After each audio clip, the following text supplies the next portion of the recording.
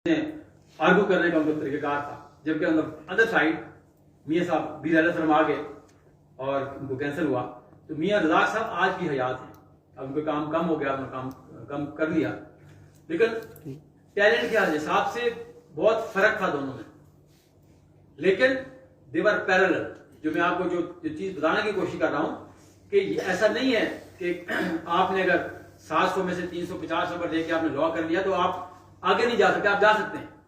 आप अपने जो लैप्सेस हैं पिछले, उनको भूल जाइए। आप जो ज्यादा मेहनत करेगा, जो ज्यादा टाइम देगा, कोई भी, ये बिल्कुल एक बात अपने पल्ले बांध दीजिए सारे के सारे, ये प्रोफेशन उस आदमी को कभी मायूस नहीं करता जो इसको मायूस नहीं करता। आप इसको टाइम देंगे, आप जो भी हालात हो, मुश्किल हालात हैं, आप तमाम के तमाम हजरात, आप सोने की चम्मच लेके पैदा नहीं हुए। और ये सब के सब जो लोग आज जो अपने अरूज पे हैं, अपनी वकालत के अरूज पे हैं, ये सब लोगों ने, मोस्टली लोगों ने ये चीज फेस की होती है। Hardship, financial hardship. आपके पास गाड़ी नहीं होगी, आपके पास मोटरसाइकिल नहीं होगा, आप कभी किसी बस पे आएंगे, कभी आप किसी मोटरसाइकिल पे आएंगे, कभी आप किसी वैगन पे आएंगे। ये इट मेक्स नो डिफरेंस। जो फर्क डालेगा आपके प्रोफेशन में, वो आपकी लगन है। ये अगर अभी तो 7,000 लोग हैं ना हमारी बार काउंसिल के अंदर, जिनको हम रेगुलेट करते हैं, ये अगर 50,000 भी हो जाएं तो ये 50 के 50,000 भी खपत सकते हैं। यहां सिर्फ एक शर्त है कि आप ऑनेस्टी करेंगे इस प्रोफेशन से। ये कभी आपसे कभी भी नहीं करेगा। आपका जो भी टैलेंट है, आपका सोशल सर्कल कमजोर है, आप घर से बाहर नहीं निकलते, लेकिन आपको 4, 5, 6, 7, 8, 1, 2 केसेस चाहिए आपको आगे, आपको डेमोन्स्ट्रेट करने के लिए। और जब किसी केस में कोई छोटा सा केस आपको फैमिली रिजोल्यूशन में marriage on the basis of खुला का भी आ जाए, तो आपको वॉच किया जाता है। तमाम के तमाम जो लोग वहां मौजूद होते हैं, वो अदालत जो मौजूद होती है, जो रीडर्स वहां मौजूद होते हैं, जो लिटिगेंट्स मौजूद होते हैं, जो आपका लिटिगेंट है, जो आपका मुखालिफ लिटिगेंट है, जो वहां अदालत में बाकी लोग हैं, वो सब आपको वॉच कर रहे होते हैं। अगर किसी एक केस में आप एक्सीलेंट परफॉर्म करेंगे तो वो आपकी रेपुटेशन पूरे शहर में ट्रेवल करेगी। वो कहेगी यार ये कमाल का आदमी था यार, इसको तो ये बच्चा था लेकिन इसने क्या केस आर्गू किया। तो ये एक परफॉर्मिंग आर्ट का शोबा है। You have to perform. आपने ड्रामा नहीं करना। बहुत सारे हमारे गुलाम में ये मिथ है कि आप शाउट करेंगे, आप ड्रामा करेंगे, तो वो होती है उसमें भी, लेकिन उसकी लाइफ स्पैन कम होती है। कि आप अगर टोटली ड्रामे की बुनियाद पे इस प्रोफेशन को परफॉर्म करेंगे तो वो आपका प्रोफेशन साथ नहीं देगा। सर्टेन टाइम तो आपको हाइप देगा, आप हाइप आपके प्रोफेशन में जाएगी, लेकिन एट द एंड फिर आप उसमें वो आगे नहीं कर सकेंगे। तो जो टिप्स हैं, बेसिक टिप्स हैं, आप जिस सीनियर के साथ हैं, जो सीनियर्स हैं उनके पास केसेस होते हैं, एवरेज किसी को कम केस भी होगा, 10-12 साल की श्रेणी का आदमी, उसमें 10-15 केसेस रोज उसके होते हैं। हमारे की मेहरबानी है, 30-30, 40-40 केस लगे होते हैं, किसी लोगों को 50 लगे होते हैं। तो वो केसेस आपके हैं, वो केसेस आपके सीनियर के नहीं है। वो केसेस में आप सुबह 8 बजे आइए, शाम का उसका ऑफिस अगर है तो आप शाम को उसका ऑफिस जाइए, आप उनसे उनकी फाइल्स छीनिए, फाइल्स पढ़िए, बार बार पढ़िए। जब आप फाइल्स पढ़ेंगे तो आपको प्रोपोजिशन का पता लगेगा कि ये क्या बात कर रहा है मेरा सीनियर, ये जो प्लान ड्राफ्ट की है, ये इशू क्या है, लॉ क्या है, सब्जेक्ट क्या इन्वॉल्व है इसमें। फिर आप उसका जवाब दावा पढ़ेंगे, दूसरी जो साइड देगी, फिर आप उसके जो डॉक्यूमेंट्स देखेंगे, फिर उसके बाद लॉ की एप्लीकेशन बहुत बाद में आती है। वो जो केसेस आपके सीनियर्स के हैं, वो आपके लिए एक अपॉर्चुनिटी है कि आप लर्न कीजिए उन केसेस में। और लर्न ऐसे नहीं करेंगे कि जी अलीम अब्बासी साहब ने आपसे कहा कि जी ये जाके डेट ले आइए, आप जाके डेट ले आए। आप जरूर डेट लीजिए, लेकिन आप जिस केस में जा रहे हैं आपको उसमें फी भी नहीं मिलेगी। आपको सीनियर ने भी कुछ नहीं दिया होगा, लेकिन उसमें प्रोपोजिशन इन्वॉल्व क्या है, उसमें सब्जेक्ट क्या है, उसमें लॉ क्या है, ये आपकी मोस्ट ड्यूटी है कि यू शुड नो। किसी केस में आपने कोई आर्ग्यू नहीं करना, आपने कोई क्रॉस एग्जामिन नहीं करना, लेकिन अगर आपका सीनियर जाता है तो आपको पता हो कि ये केस में सब्जेक्ट क्या है, इसका टाइटल क्या है, इसमें लॉ क्या इन्वॉल्व है, तो फिर आपको समझने में आसानी होगी। जब आपकी अपनी प्रपोजिशन आएगी तो आपको यू हैव लिटिल मार्जिन कि आप गलती का आपको उसमें इस्तेमाल आप नहीं कर, आपने केस खराब कर दिया तो सीनियर आपका ठीक कर देगा, कोई नो इश्यू। लेकिन आपका जब अपना केस आपको आएगा, वहां उस पर आप लर्न करेंगे तो वो कॉस्ट करेगा आपको। अगर आप क्रॉस एग्जामिन में आपने गलत क्वेश्चन पुट कर दिया, आपने गलत सजेशन दे दिया आपने, तो वो आपको कॉस्ट करेगा, और वो उसका कॉस्ट ये होगी कि क्लाइंट आपके पास नहीं आएगा। जबकि आपका जो सीनियर का केस है वो आप करेंगे, उसमें आप कुछ भी ना करें, आप उसकी फाइल्स पढ़िए, शाम को फाइल्स पढ़िए, जबरदस्ती चाहिए उसे, फाइल्स छीनिए उससे, और जो लॉ पॉइंट इन्वॉल्व है, लेकिन आपने सब पढ़ा हुआ है, हम इतनी जो ये बुक्स पढ़ी हैं आपकी, आपको हम देंगे सारी। 2 मेजर एक्ट हम आपको देंगे, सिविल के और क्रिमिनल साइड के, तमाम के तमाम जो 10 साल को आपको बुक्स चाहिए ना, वो सब उसमें मौजूद है, लेटेस्ट लॉ मौजूद है। आप स्पेसिफिक रिलीफ एक्ट है, सीपीसी है, पीपीसी है, कॉन्ट्रैक्ट एक्ट है, ट्रांसफर ऑफ प्रॉपर्टी एक्ट है, जो नए भी वहां आपका मौजूद होगा। ऐसा नहीं हम देते हैं, और ये हम कहते हैं कि हम पैसा आपकी वेलफेयर पे लगाते हैं। आपको यहाँ हम खाना नहीं खिलाएंगे कि हम आपको 2 लाख रुपए का यहाँ खाना आ जाए, हम आपको खाना खिलाएंगे, नहीं कराएंगे। हम आप पे इन्वेस्ट करते हैं जो आपको फायदा हो। आप लाइब्रेरी ना बनाइएगा, नहीं बना सकते, बनाना चाहिए आपको वैसे, right from the day first. Aahista Aahista अपनी फीस का एक चंक डाल दीजिए उसमें। अब आपने कर 10,000 रुपए फीस ली, आप 2,000 की बुक ले लीजिए, आहिस्ता आहिस्ता आहिस्ता आपकी लाइब्रेरी बढ़ती जाएगी। लेकिन अगर नहीं भी लेते तो आपके पास ये सारी चीजें मौजूद हैं। जब वो प्रोपोजिशन आप अपने सीनियर की देखेंगे, सिविल साइड की मैं बात करूंगा, क्रिमिनल साइड पर रिजवान साहब आपको बताएंगे क्या चीजें आपने देखनी है। बेसिकली सबसे जो इंपॉर्टेंट टिप है आपके पास वो ये है कि आप बार बार वो फाइल पढ़िए। ये किसी को डिस्कस मत करिए अपने क्लाइंट से। वो अक्सर आते हैं जी कि वो मेरा केस था जी, उसमें ये हुआ, उसमें ये कर दिया, उसने वो कर दिया, वो एग्रीमेंट हुआ, वो फलां एफिडेविट था। आप उसका ब्रीफ मत देखिए, उसे कहें कि bring all the documents, criminal side पे भी और सिविल साइड पे भी। अगर एक केस चल रहा है तो उस केस की पूरी मिसल कॉपी कराइए, अपने पास से कराइए, अपने खर्चे से कराइए। हेवन विल नॉट फॉल, आप गरीब नहीं होंगे, बिल्कुल नहीं होंगे। ये आपको काम देगा। वो सारी की सारी फाइल पढ़िए, बार बार पढ़िए। 32 साल के बाद मेरा ये नतीजा है कि वो सारे के सारे वकला कामयाब हुए जिन्होंने पढ़ी। जो ब्रीफ उठा के ना, एक आपको एग्रीमेंट मिला, आप उठा के कोर्ट में चले गए, आपकी वकालत कभी भी नहीं चलेगी। क्यूमुलेटिव इफेक्ट होगा पूरी उस पेपर बुक का जो कोर्ट में होगी। आप प्लीडिंग्स पढ़ेंगे पार्टीज कि केस क्या है किसी मुद्दई का, डिफेंडेंट ने क्या उसको दिया, इश्यूज क्या हैं। ये जब तक पूरी की पूरी फाइल आपके सामने नहीं होगी, आप अपने प्रोफेशन से भी इंसाफ नहीं कर सकेंगे। और ये मैं कल की बात कर रहा हूं, मैंने कल एक फाइल देखी, वो मैं 3rd टाइम जब मुझे पढ़ी, मुझे 3 जबरदस्त क्वेश्चन मुझे मिले उसमें, मुझे मेरे अपने क्लाइंट के डिफेंस के लिए।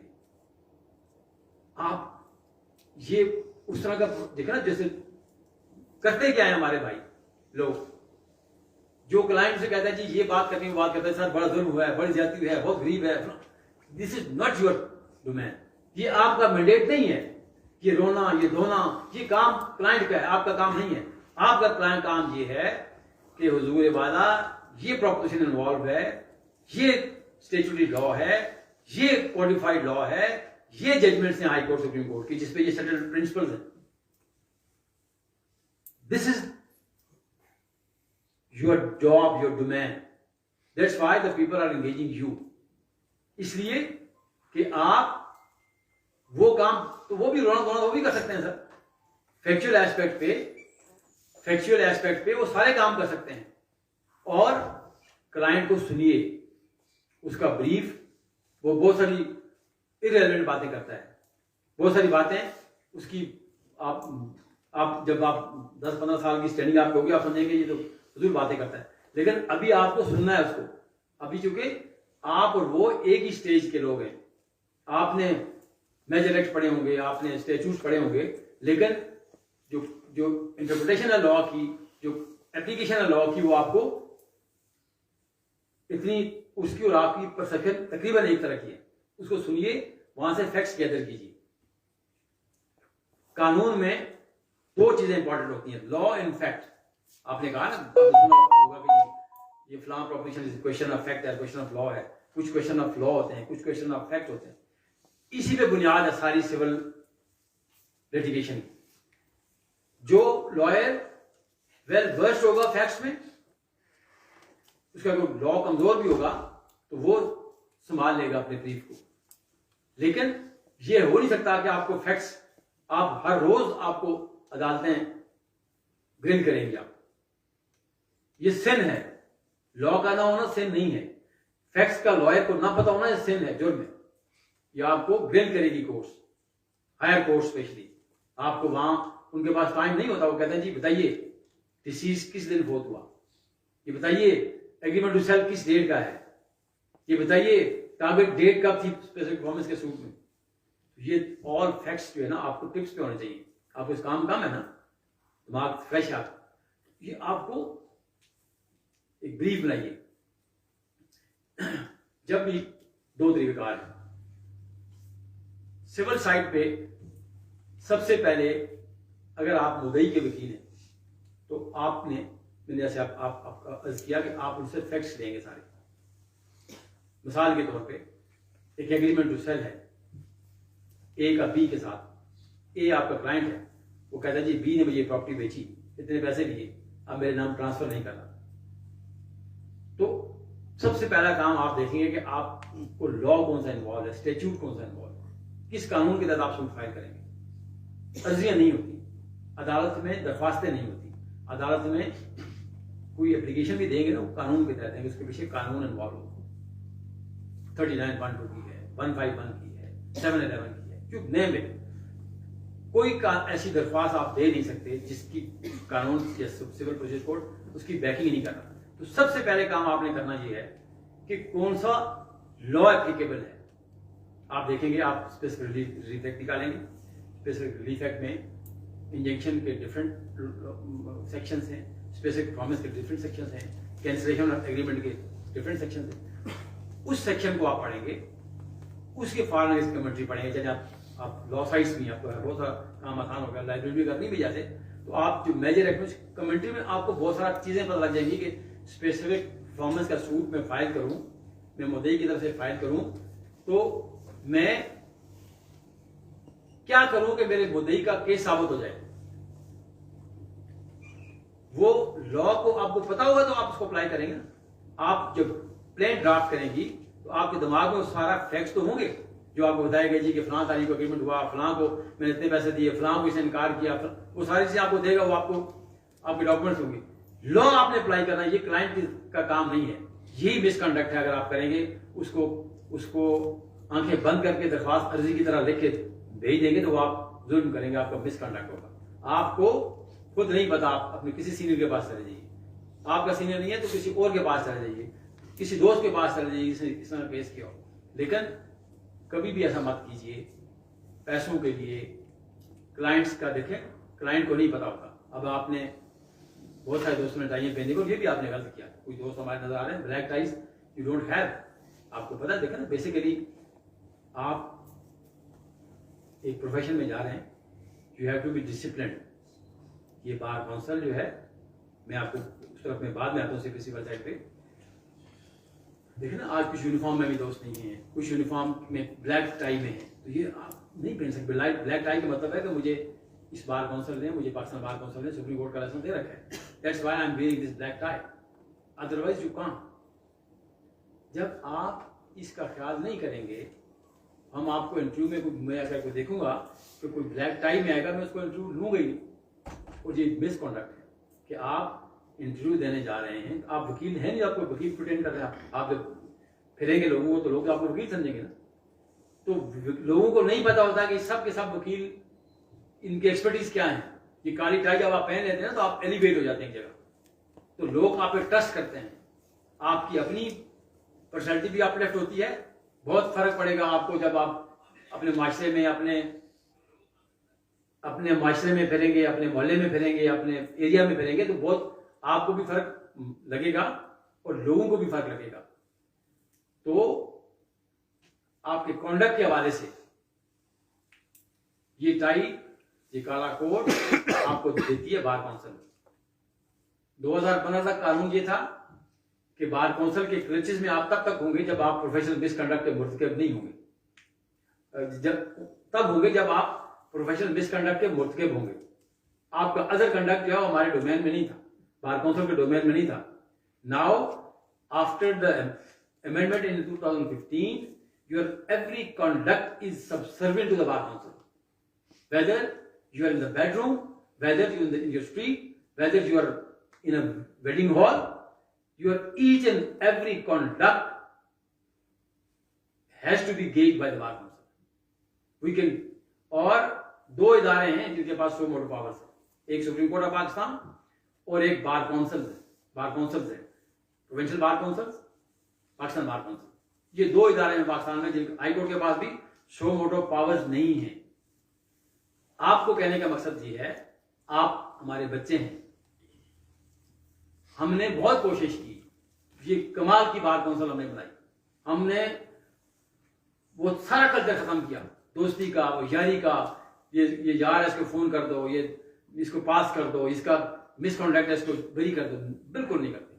देखिए ना 19-20 का फर्क तो हम कर सकते हैं, और ये डिवाइन लॉ के खिलाफ। क्या ये इंसाफ है? एक बच्चे ने लॉ गैट में 80 नंबर लिए, एक बच्चा वो लेता है 45 नंबर लेता है, 50 नंबर लेके पास होता है। हम उस बच्चे को कहते हैं वो 20 में से 20 के सवाल के जवाब देता है, और ये बच्चा एक देता है, 2 देता है, बाकी सारे आंसर नहीं देता। तो क्या ये इंसाफ है कि वो दोनों एक ही दिन उनको एनरोल किए जाए? ये नाइंसाफी है। उस बच्चे से नाइंसाफी है जिसने मेहनत की, जिसने तैयारी की, जिसने अपने एग्जाम को पास किया, जिसने इंटरव्यू में तैयारी करके आया वो। तो ये the days are gone now. Bar council में हमारा काम ये है, बार काउंसिल का काम ये है लीगल एजुकेशन को अपलिफ्ट करना, प्रोफेशनल्स को अपलिफ्ट करना, और ये जगह उन लोगों के लिए मुख्तस करना जो प्रोफेशनल बनना चाहते हैं, जहां कंट्रोटों की कोई गुंजाइश नहीं है। हमने बिल्कुल नहीं छोड़ी। हम उन लोगों के खिलाफ जिन्होंने हाई कोर्ट पे हमला किया, we are proceeding against them, और हम करेंगे, इसलिए कि आप you don't have the license to kill everybody. License वकील बनने का ये मकसद है कि लोगों को आप मोहल्ले में आप उनका जीना अजीरन कर दें। आप जब आप ये टाई पहनते हैं तो आपकी रिस्पॉन्सिबिलिटी मल्टीप्लाई होती है। आपको सिक्योर होना है। मेरा रिकॉर्ड है 32 सालों में, मेरे खिलाफ कभी कोई केस नहीं हुआ।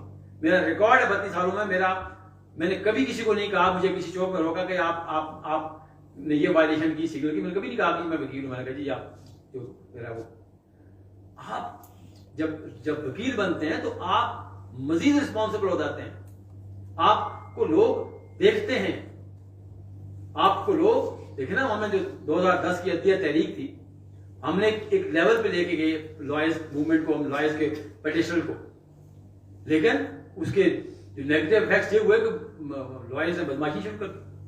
हर किसी की पगड़ी छालना, हर किसी को रोन देना।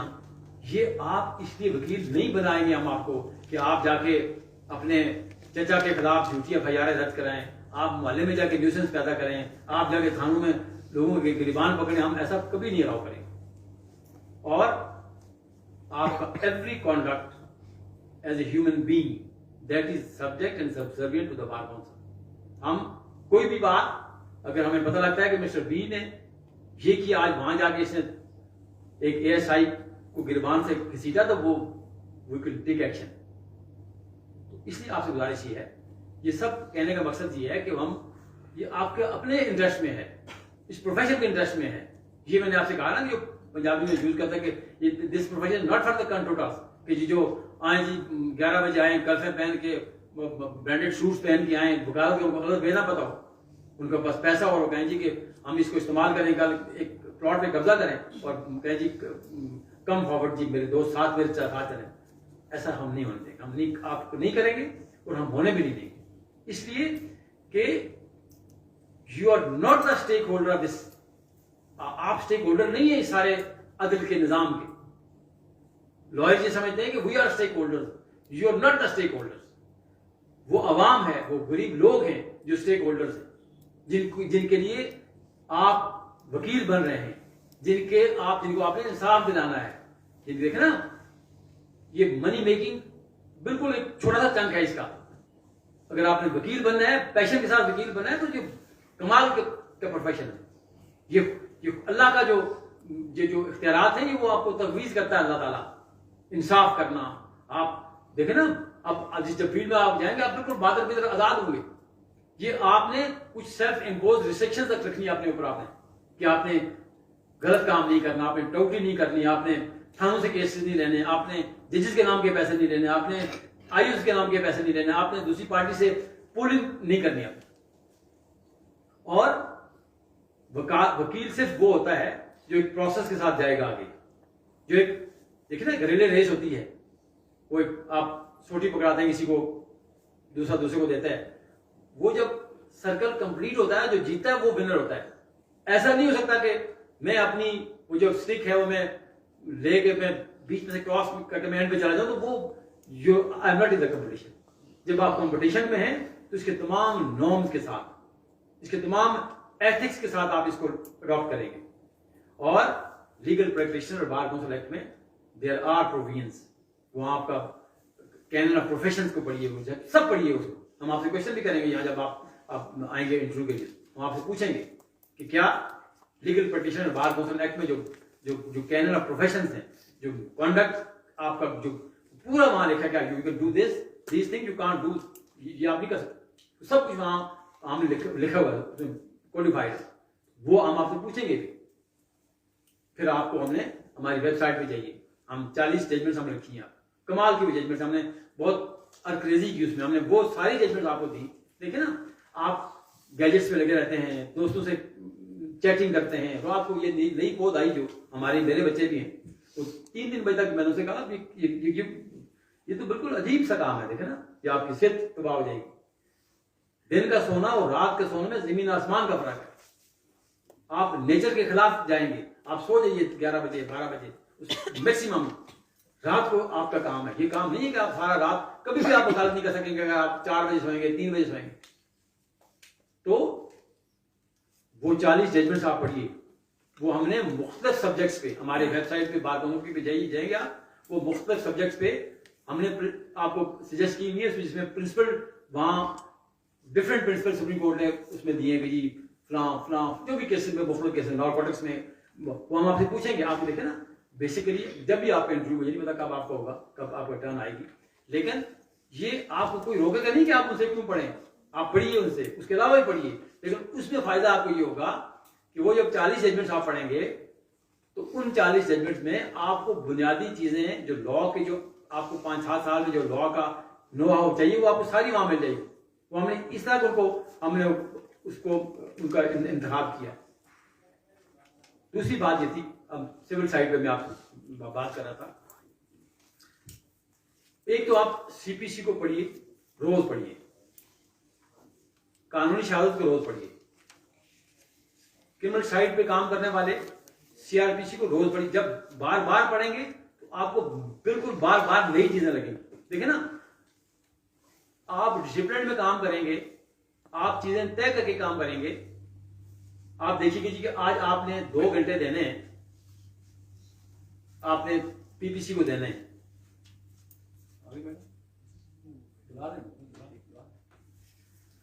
तो आपको आप तय कीजिए कि जी आपका इतना टाइम जो है जजमेंट्स पढ़ने में। और जजमेंट जब आप पढ़ते हैं ना, एक जजमेंट आप पढ़ेंगे तो आपको सारे का सारा सुप्रीम कोर्ट की जजमेंट पढ़ेंगे, आपको सारे का सारा कानून पता लग जाएगा उस प्रोपोजिशन के हवाले से। 10 केसेस करेंगे तो 10 डिफरेंट प्रोपोजिशंस का आपको पता लग जाएगा। आपको नींद आ रही है भाई, नींद आ रही है आपको? सर तबीयत तो नींद आ रही है तो हम खत्म कर देते हैं। मैं कोई अगर ऐसा है तो लंबा हो गया। नो सर, ऐसी कोई बात नहीं। तो गुजारिश आपसे ये थी कि जब 10 जजमेंट पढ़ेंगे उसमें क्या क्या चीज इन्वॉल्व होगी, फैक्ट्स, उसमें जो इश्यूज क्या हैं, उसमें मैं निशाल को यहाँ वेलकम करता हूँ जी। आपसे गुजारिश है क्या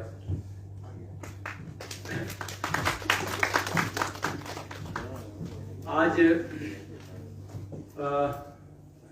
जो मैडम है, मैडम मिशाल के हवाले से तो आपको इल्म होगा, हमारे हुर्रियत लीडर हैं जो डिटेन्ड हैं, जो इंडियन एट्रॉसिटीज के खिलाफ वहाँ नंबर आजमा रहे यासीन मलिक साहब, उनको पनिशमेंट दी गई वहाँ जेल, और उनकी एरिया उनके हवाले से, ह्यूमन राइट्स के हवाले से, जो वहाँ जो ह्यूमन राइट्स की वायलेशंस हैं उस हवाले से इन्होंने बहुत सारा काम किया। तो आज हमने इनको वदू किया कि चूंकि ह्यूमन राइट्स का सब्जेक्ट है हमारे पास और हमारे लॉ में मौजूद है, तो आज एक तो आपको ह्यूमन राइट्स के हवाले से जो इनकी अपनी इनपुट है, इन्होंने काम किया उस हवाले से भी, और जो स्पेशली जो मकबूजा कश्मीर में जो हमारे लोगों के खिलाफ, जो वहाँ के हुर्रियत पसंदों के खिलाफ जो कुछ हो रहा है उस हवाले से भी आपको गाइड करेंगी। और प्लस जो ज़रा आप लॉ से रिलेटेड लोग हैं तो आपको ह्यूमन राइट्स के लॉज के हवाले से भी वो आज हम, क्योंकि हमारा जो करिकुलम है उसमें one of the subject human rights भी है, वो फिर हमने इनको मदू किया।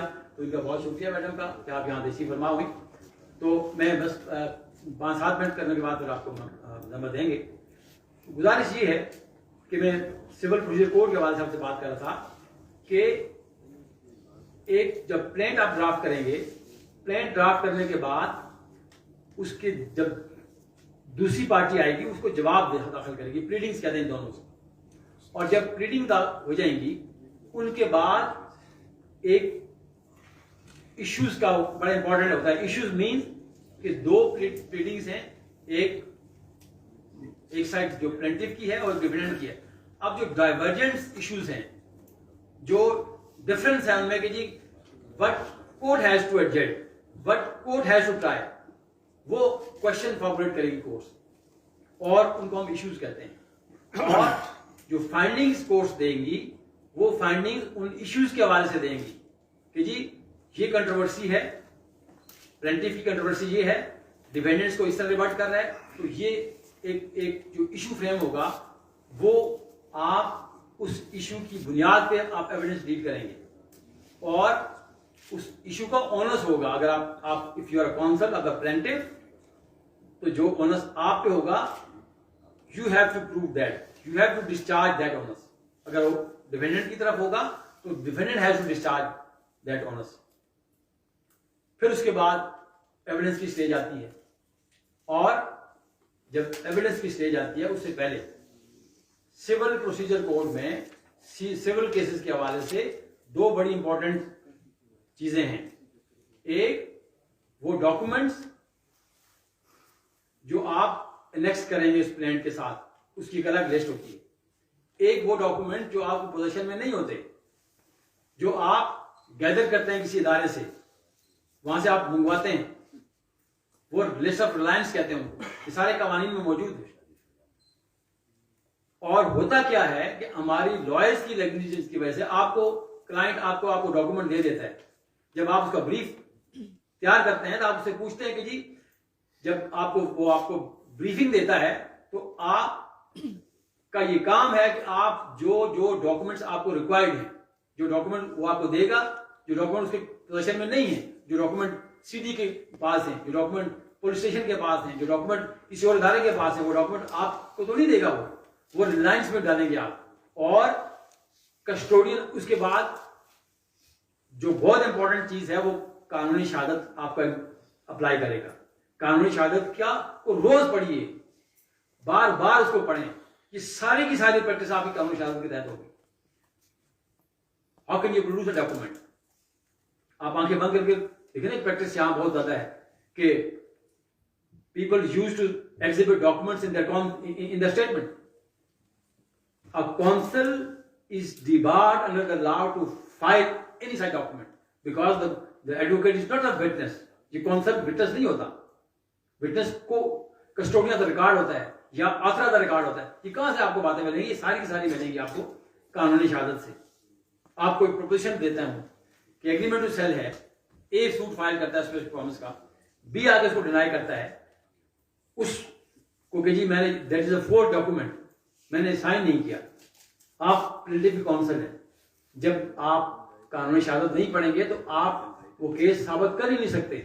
आर्टिकल 17 है, any document which is creating a financial liability has to be attested by at least 2 witnesses. तो जो आप कहते हैं ना, आप देखते हैं जी मेरी भी गवाही पा लेना, तो देखते हैं ना हर 2 गवाहियां हर 2 उसमें वो होती हैं, विटनेसेस होते हैं.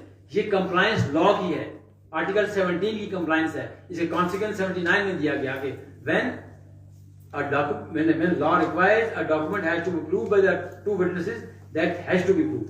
2 विटनेसेस आपने देने, अगर नहीं करेंगे तो कॉन्सिक्वेंस ये होगा कि 79 में से कॉन्सिक्वेंस दिया गया. तो ये हमारी लेक्चर्स के बाद भी आपका रिजवान साहब करेंगे क्रिमिनल साइड पे, और हम मैडम को मौजूद करेंगे. तो गुजारिश आपसे ये है कि जितने हमने आपको जो आपके कॉल करेंगे उसमें वो जो जजमेंट्स 40 से हमने आपको रेफर की उसको जरूर पढ़िएगा और उसके लिए तैयारी कीजिए, और क्योंकि बहुत चेंज हालात हैं. Thank you so much.